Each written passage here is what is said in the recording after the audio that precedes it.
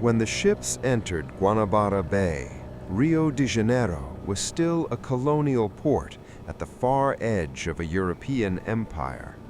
By the time they began unloading, that empire had started to change address. The people stepping onto the quay were not merchants, not officials on routine assignment, and not a visiting court. They were the court. Nobles, soldiers, servants, clerks, priests, trunks, silver, archives, orders, rituals, and rank all arrived together.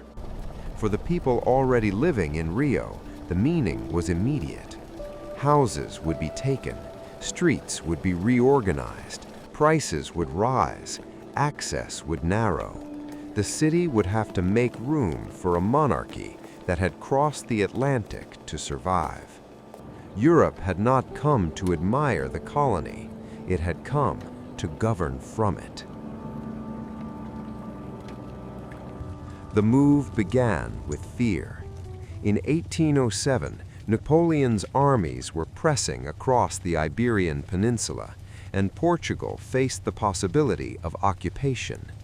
The Braganza monarchy could stay and risk capture, or flee and preserve the state somewhere else. Under British protection, Prince Regent João, the royal family, and thousands tied to the court and administration boarded ships and sailed for Brazil. Rio was the obvious destination inside the Portuguese Empire, but it was not designed for this role. It was wealthy, strategic, and deeply tied to Atlantic trade, yet it still functioned as a colonial city. It sent wealth outward. It obeyed distant authority. It was not built to receive the full human and institutional weight of a European monarchy. That is what made the arrival so disruptive. The court was not just seeking safety. It was bringing the machinery of rule into a place that had always been expected to serve, not command.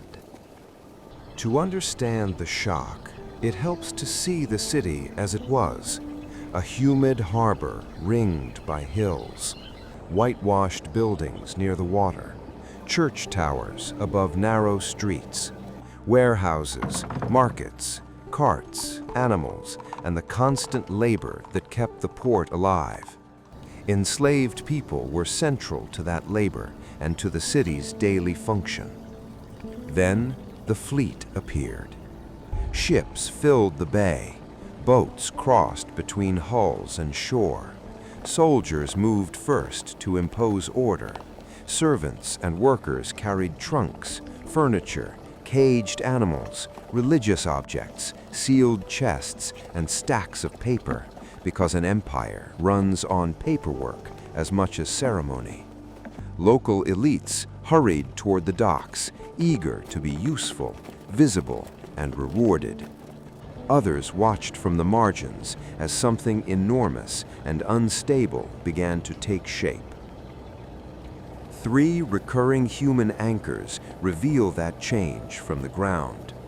A Portuguese court noble steps ashore in formal clothing unsuited to the climate, but his discomfort matters less than his rank. He carries the logic of the old world with him. A Portuguese soldier understands that he is no longer guarding a distant colony. He is guarding the body of the monarchy itself. And a local porter feels the arrival not as abstraction, but as burden. More cargo, more urgency, more supervision, more weight moving through streets that were already crowded. Nothing about the scene is graceful. It is improvised, physical, and tense. Once the court was ashore, Rio had to change fast. Residences were requisitioned. Better houses were cleared for nobles and officials.